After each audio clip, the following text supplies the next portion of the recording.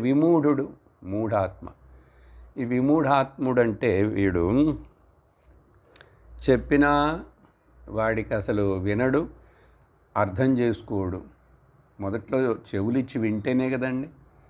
శాస్త్రమును వినకపోతే ఈ విషయం మనకు ఎట్టా తెలుస్తుంది? ఓ, భగవద్గీత ఇంత గొప్పదనం ఉందా, ఈ కర్మయోగం అంటే ఇలాగ అర్థం చేసుకోవాలా, ఇది జీవితానికి ఎంత ముఖ్యం, ఇది అర్థం చేసుకోకుండా లోకం మీద కంప్లైంట్లు చేసి, మన చుట్టూ ఉన్న వాళ్ళ మీద కంప్లైంట్ చేసి, నా కర్మ మీద, నా తలరాత మీద నేను కంప్లైంట్ చేసి ఒక మొట్టికాయ వేసుకొని ఇవన్నీ ఎందుకు చేస్తాడు వీడు? మరి అప్పుడు మూఢుడా, వీడు వివేకుడా?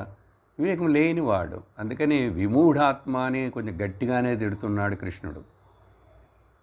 ఒకరోజు కాకపోతే మరొక రోజుకి అర్థం చేసుకో.